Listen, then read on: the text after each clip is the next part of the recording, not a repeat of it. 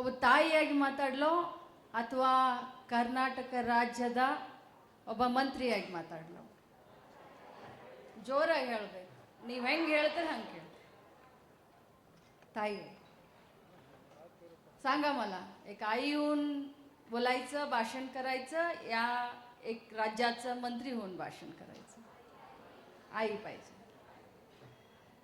ठीक आहे. ನಾನು ಎರಡೂ ಜವಾಬ್ದಾರಿಯನ್ನು ನಿಭಾಯಿಸಿ ನನ್ನ ಮಕ್ಕಳ ಮುಂದಿನ ಉಜ್ವಲ ಭವಿಷ್ಯಕ್ಕೆ ಒಂದು ಒಳ್ಳೆ ಸಂದೇಶವನ್ನು ಕೊಡಬೇಕು ಅಂತ ಬಹಳ ದಿವಸದ ಮೇಲೆ ಈ ಕಾರ್ಯಕ್ರಮ ಮಾಡಬೇಕು ಅಂತ ರಿಸಲ್ಟ್ ಆದಮೇಲಿಂದ ಎಷ್ಟೋ ದಿನ ನನ್ನ ಡೇಟನ್ನು ಹೊಂದಿಸ್ಕೊಂಡು ಇವತ್ತು ಮುಹೂರ್ತ ಕೂಡಿ ಬಂದಿದೆ. ಸಂಡೇ ಇತ್ತು, ಎಲ್ಲ ಬೇರೆ ಕಾರ್ಯಕ್ರಮವನ್ನು ರದ್ದುಪಡಿಸಿ ಇವತ್ತು ಈ ಕಾರ್ಯಕ್ರಮ ಮಾಡೇ ಬಿಡೋಣ ತಮ್ಮ ಅಂತ ಹೇಳಿ ನನ್ನ ಕಾರ್ಯಕ್ರಮ ಇವತ್ತು ಮಾಡಿದ್ದೀನಿ.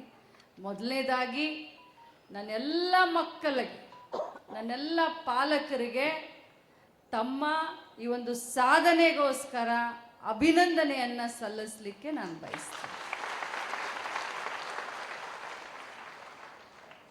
ಈ ಒಂದು ಬೆಳಗಾವಿ ಗ್ರಾಮೀಣ ವಿದ್ಯಾರ್ಥಿಗಳ ಪ್ರತಿಭಾ ಪುರಸ್ಕಾರದ ಈ ಒಂದು ಕಾರ್ಯಕ್ರಮದಲ್ಲಿ ಉಪಸ್ಥಿತರಿರುವಂಥ ವಿಧಾನ ಪರಿಷತ್ನ ಸದಸ್ಯರು, ಸಹೋದರರಾದಂಥ ಚಂದ್ರರಾಜ್ ಹಟ್ಟಿಹೊಳಿಯವರೇ, ಕ್ಷೇತ್ರದ ಶಿಕ್ಷಣ ಅಧಿಕಾರಿಗಳಾದಂಥ ನಮ್ಮ ಜಿಲ್ಲಾ ಶಿಕ್ಷಣಾಧಿಕಾರಿಗಳಾದಂಥ ಲೀಲಾವತಿ ಅವರೇ, ಭಾಳ ಆತ್ಮೀಯ ಸಹೋದರಿ, ಮೊದಲು ನಮ್ಮ ಗ್ರಾಮೀಣ ಶಿಕ್ಷಣ ಕ್ಷೇತ್ರ ಅಧಿಕಾರಿಗಳಾಗಿ ನನ್ನ ಜೊತೆ ಕೆಲಸ ಮಾಡಿದರು.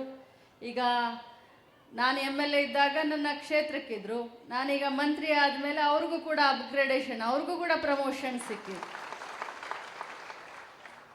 ಅದೇ ರೀತಿ ನಮ್ಮ BEOಗಳು ಭಾಳ ಚೆನ್ನಾಗಿ ನನ್ನ ಜೊತೆ ಕೆಲಸ ಮಾಡಿದರು. ದಾಸಪ್ಪನವರವರೇ, ನಮ್ಮ ಸಿರ್ಷಾಡ್ ಅವ್ರ ಸಹೋದರ ಅವರು ಕೂಡ ಈ ಒಂದು ಕಾರ್ಯಕ್ರಮಕ್ಕೆ ಬಂದಿದ್ದಾರೆ. ಅವ್ರ ಬಗ್ಗೆನೂ ಕೂಡ ತುಂಬ ಕೇಳಿದ್ದೀನಿ ನಾನು. ಅದೇ ರೀತಿ ನಮ್ಮ ಶಂಕರಗೌಡನ್ನ ಬಂದಿದ್ದಾರೆ. ನಮಗೆ ಯಾವಾಗಿದ್ರೂ ನಮ್ಮ ರಾಜಕೀಯದಲ್ಲಿ ಒಬ್ಬರು ಗುರು ಇದ್ದಾರೆ. ನಿಮಗೆ ಹೇಗೆ ಟೀಚರ್ ಇದ್ದಾರಲ್ಲ, ಹಾಗೆ ನಮಗೆ ರಾಜಕೀಯದಲ್ಲಿ ಒಬ್ಬರು ಗುರು ಇದ್ದಾರೆ, ಯುವರಾಜನ ಕದಮ್ ಅಂತ. ಅವರು ಕೂಡ ಈ ಕಾರ್ಯಕ್ರಮದಲ್ಲಿದ್ದಾರೆ.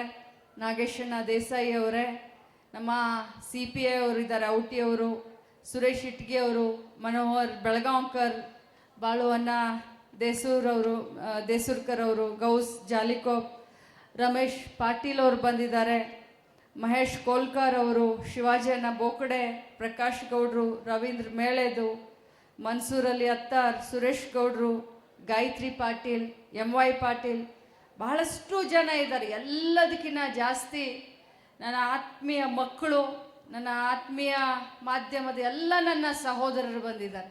ನಾನು ಕೂಡ ಇವತ್ತು ನಿಮಗೆ ಒಂಥರ ಟೀಚರ್ ಆಗಿನೇ ಕಾಣಿಸ್ತಾ ಇದ್ದೀನಿ ಅಂತ ಅನಿಸುತ್ತೆ. ಶ್ರೀಕಾಂತನ ಬಹುಶಃ ಇವತ್ತು ನನ್ನ ಮಂತ್ರಿಕ್ಕಿಂತ ಜಾಸ್ತಿ ಟೀಚರ್ ಥರನೇ ಕಾಣಿಸ್ತಾ ಇದ್ದೀನಿ ಅನಿಸುತ್ತೆ. ನಾನೆಲ್ಲ ಪಾಲಕರಿದ್ದಾರೆ, STMCಯ ಎಲ್ಲ ಅಧ್ಯಕ್ಷರು, ಉಪಾಧ್ಯಕ್ಷರು ಎಲ್ಲರೂ ಇದ್ದೀರಿ. ನಾನು ಬಹಳ ಹತ್ತಿರದಿಂದ ಬೆಳಗಾವಿ ಗ್ರಾಮೀಣ ಕ್ಷೇತ್ರದಲ್ಲಿ 2018ರ ಚುನಾವಣೆಯ ನಂತರ ಅಭಿವೃದ್ಧಿಯೇ ಮೂಲ ಮಂತ್ರ ಅಂತ ಹೇಳಿ, ಮಕ್ಕಳೇ, ಏನು ರಾಜಕಾರಣಕ್ಕೆ ಬಂದಾದಮೇಲೆ ಒಂದು ಜವಾಬ್ದಾರಿಯನ್ನು ನಾನು ತಗೊಂಡೆ. ನಾನು ಯಾಕೆ ರಾಜಕಾರಣಕ್ಕೆ ಬಂದೆ? ಎಲ್ಲರೂ ತಮ್ಮ ಮನೆ ಬಾಳೆ ಮಾಡಿಕೊಂಡು ತಾವಾಯಿತು, ತಮ್ಮ ಮನೆ ಆಯಿತು, ತಮ್ಮ ಜೀವನ ಆಯಿತು, ಮಕ್ಕಳ ಭವಿಷ್ಯ ಕಟ್ಟೋದಾಯಿತು, ಮಕ್ಕಳ ಮದುವೆ ಮಾಡಿಕೊಡೋದಾಯಿತು, ಮಕ್ಕಳನ್ನ ಇಂಜಿನಿಯರ್ ಮಾಡೋದಾಯಿತು, ಡಾಕ್ಟರ್ ಮಾಡೋದಾಯಿತು ಅಂತ ತಮ್ಮ ಪಾಡಿಗೆ ತಾವು ಹೋಗ್ತಾರೆ. ಆದರೂ ಒಬ್ಬ ಹೆಣ್ಮಗಳಾಗಿ ಯಾಕೆ ಸಮಾಜ ಸೇವೆಯಲ್ಲಿ ನನ್ನನ್ನು ನಾನು ತೊಡಗಿಸ್ಕೊಂಡೆ? ನಾನು ಯಾಕೆ ನನ್ನ ಮಗನ ಶಾಲೆ ಕಳಿಸ್ಕೊಂಡು ಇಂಜಿನಿಯರ್ ಮಾಡಿ ನನ್ನ ಪಾಡಿಗೆ ನಾನು ಯಾಕೆ ಇರಬಾರ್ದಾಗಿತ್ತು? ಆದರೆ ಏನೋ ಒಂದು ಸಮಾಜದಲ್ಲಿ ರಾಜಕಾರಣ ಮಾಡಬೇಕು ಅಂತ ಒಬ್ಬ ಹೆಣ್ಮಗಳಾಗಿ ನಾನು ಬೆಳಗಾವಿ ಗ್ರಾಮೀಣ ಕ್ಷೇತ್ರದಲ್ಲಿ ಒಬ್ಬ ಶಾಸಕಿ ಆದ ಮೇಲೆ ನಿಮ್ಮ ಪಾಲಕರ, ನಿಮ್ಮ ತಂದೆ ತಾಯಿಗಳ ಆಶೀರ್ವಾದದಿಂದ, ನಿಮ್ಮ ತಂದೆ ತಾಯಿಯಂದರು ನನಗೆ ಮತದಾನ ಮಾಡಿದ ಮೇಲೆ ಒಬ್ಬ ಶಾಸಕಿ ಆದಮೇಲೆ ಹೆಗಲ ಮೇಲೆ ಜವಾಬ್ದಾರಿಯನ್ನು ಹೊತ್ಕೊಂಡು ಮೊದಲನೆಯ ಆದ್ಯತೆಯನ್ನು ಶಿಕ್ಷಣಕ್ಕೆ ಮತ್ತು ಆರೋಗ್ಯಕ್ಕೆ ಕೊಟ್ಟೆ. ಯಾಕೆ ಅಂತಂದರೆ ಚನ್ನರಾಜ್ ಹಟ್ಟಿಹೊಳಿ ಹೇಳಿದ ಹಾಗೆ ಇವತ್ತಿನ ಜಗತ್ತು ಕಾಂಪಿಟೇಷನ್ ಯುಗ.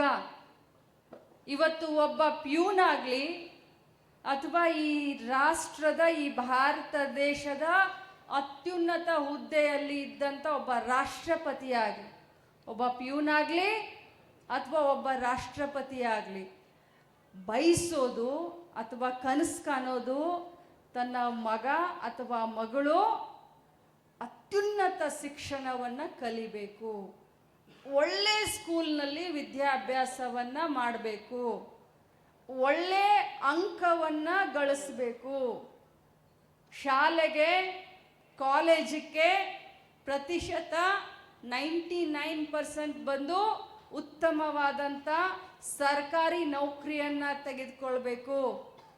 ನಾನು ಎಷ್ಟಾದರೂ ಕಷ್ಟಪಡಲಿ, ನಾನು ಯಾರ ಮನೆಯಲ್ಲಾದರೂ ಪಾತ್ರೆಯನ್ನು ತೊಳಿಲಿ, ಆದರೆ ನನ್ನ ಮಗನಿಗೆ ನನ್ನ ಮಗಳಿಗೆ ಕಷ್ಟ ಬರಬಾರ್ದು ಅಂತ ದೇವರಲ್ಲಿ ಹಗಲು ರಾತ್ರಿ ಬೇಡ್ಕೊತಿರ್ತಾಳೆ.